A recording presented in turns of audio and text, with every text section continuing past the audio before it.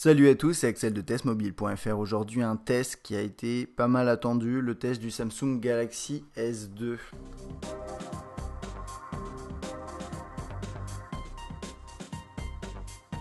Alors, un appareil qui est attendu au tournant puisque le Samsung Galaxy S1 i9000 a été un gros succès commercial. Beaucoup attendent de voir le résultat sur ce Galaxy S2. Je pense que vous avez déjà eu quelques retours puisque ce test n'est pas spécialement en avance, mais c'est pas dramatique.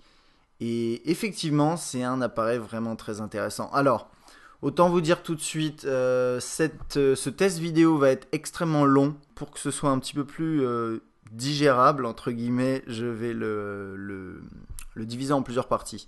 Donc on va faire une première partie de déballage, prise en main, tour de l'appareil. Je vais en profiter pour le comparer au Galaxy S1, au moins en termes de form factor. Et puis après, on va passer à chaque partie de l'interface, des fonctionnalités. Je vais essayer d'aller vraiment au fond des choses.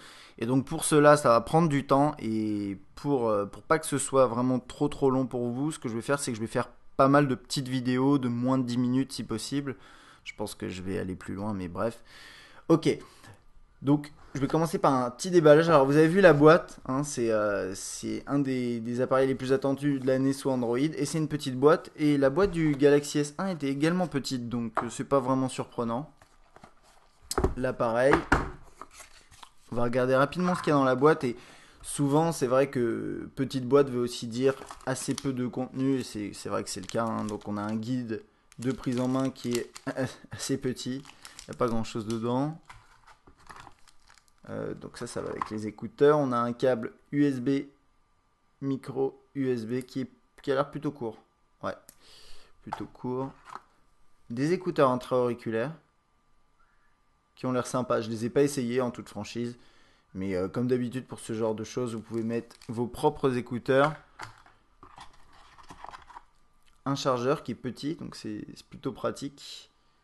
En micro USB, qui a l'air pas mal du tout. Un câble relativement long et vraiment petite taille pour ce chargeur. Et c'est tout. Alors c'est tout pourquoi parce que de toute façon, il n'y a pas besoin de beaucoup plus. D'autant plus que ce Galaxy S2 ne possède pas de port micro HDMI. Et donc, vous n'aurez pas eu besoin d'un câble micro HDMI. Par contre, ce qui est intéressant, donc là je commence déjà en hors sujet, mais c'est pas grave, c'est que vous pouvez le connecter en HDMI à une télé, mais via le MHL, et là il va falloir acheter un accessoire supplémentaire. Mais bon, ça c'est autre chose. Alors rapidement sur les spécifications de l'appareil. Donc, le Galaxy S2, il tourne sur Android 2.3 avec surcouche TouchWiz en version 4.0. Il a un écran de 4,3 pouces de diagonale, Super AMOLED Plus, donc qui est la version au-dessus du Super AMOLED classique sur le Galaxy S. Un appareil photo 8 mégapixels avec autofocus et flash LED. Voilà. Il filme également en 1080p. Et pourquoi Parce qu'il a il possède un processeur dual-core 1,2 GHz, ce qui lui donne vraiment pas mal de puissance. Et d'ailleurs, en ce moment, il est en train de rafler toutes les premières places sur les benchmarks. Je sais pas si je vais en faire un, on verra. Mais je pense que les benchmarks, c'est une chose. Maintenant, ce qui est intéressant de voir, c'est en fonctionnement. Ensuite, que dire de plus? RAM, 1 Go de RAM. Mémoire interne, vous avez 16 Go, à peu près 2 Go en ROM et 12 Go en utilisation disponible. Bon, après, il y a des gigas qui se perdent, mais concrètement, vous avez ça. Et puis, de toute façon, en micro SD, vous pouvez aller jusqu'à 32 Go, donc il n'y a pas de souci. Et c'est un appareil qui est extrêmement fin. Aujourd'hui, un des appareils sur le marché le plus fin. Je crois qu'au Japon, il y en a un qui va sortir qui est un peu plus fin, mais en tout cas, là, sur notre marché à nous, en tout cas le marché français, c'est le plus fin avec 8,49 mm d'épaisseur. Il est commercialisé aujourd'hui de façon assez agressive. Il a commencé à partir de 1 € avec forfait chez certains opérateurs. Et nu, on peut le trouver aujourd'hui à environ 550-570 €. Donc c'est pas donné en nu, mais comme vous avez des offres agressives en opérateur, pourquoi pas. Alors on va passer à la prise en main de l'appareil. Donc comme je vous disais, un écran 4.3 pouces. Donc comparé aux 4 pouces qu'il y avait sur le Galaxy S. En haut, en haut, on a une caméra pour la visio et quelques capteurs qui se cachent derrière. Ensuite, ici, on a un bouton physique, comme sur le Galaxy S1. Et sur les côtés, vous verrez, je ne l'ai pas encore allumé, on verra combien de temps il met pour s'allumer. Sur les côtés, vous avez deux boutons sensibles. Donc ça va être retour et menu, comme sur le Galaxy S1. Sur le côté droit, un bouton on-off verrouillé déverrouillé, qui ressort un petit peu, mais pas trop. Et rien ici, donc vous n'avez toujours pas de bouton physique pour prendre des photos, mais c'est pas réellement nécessaire. Vous le verrez. Ensuite ici, port micro USB et le micro. Donc vous voyez, ce port micro USB, il est en bas. Sur le Galaxy S1, il était en haut et il était protégé par un cache, mais on verra ça un petit peu après la comparaison avec le Galaxy S1. Sur le côté gauche, on n'a pas grand chose à part le bouton de volume qui est ici. Voilà. Et ici, on a un petit trou. Je ne sais pas exactement de quoi il s'agit. Je pense que c'est pour mettre une lanière, mais je ne suis pas sûr. Et en haut, le jack 3.5. Un bel écran, une belle surface, 4.3 pouces. Ça commence à devenir grand. Et en termes de largeur, ça va quand même. Il tient bien en main parce que les rebords sont assez petits au niveau de l'écran. Donc on sent que voilà, il a sa taille, hein. Il a une taille en main, on la sent bien, mais ça va. Et c'est compensé par le fait qu'il est extrêmement fin. Et du coup, et comme il est en plus composé essentiellement de plastique, même uniquement de plastique, il est très léger. Il pèse combien 116 contre 118 pour le Galaxy S1. Sauf que celui-là a un écran plus grand. Donc on s'attendrait, enfin on se serait attendu à ce qu'il soit un peu plus lourd, mais en fait non, il est encore plus léger. Donc c'est vraiment un appareil très léger, et pourtant qui n'a pas l'air si fragile que ça quand vous le tenez en main, donc c'est plutôt agréable. À l'arrière, on a l'appareil photo 8 mégapixels avec son flash LED, qui ressort un tout petit peu, mais pas trop. Et ici on a une coque qui est c'est du plastique, et c'est du plastique avec un léger relief qui accroche un petit peu.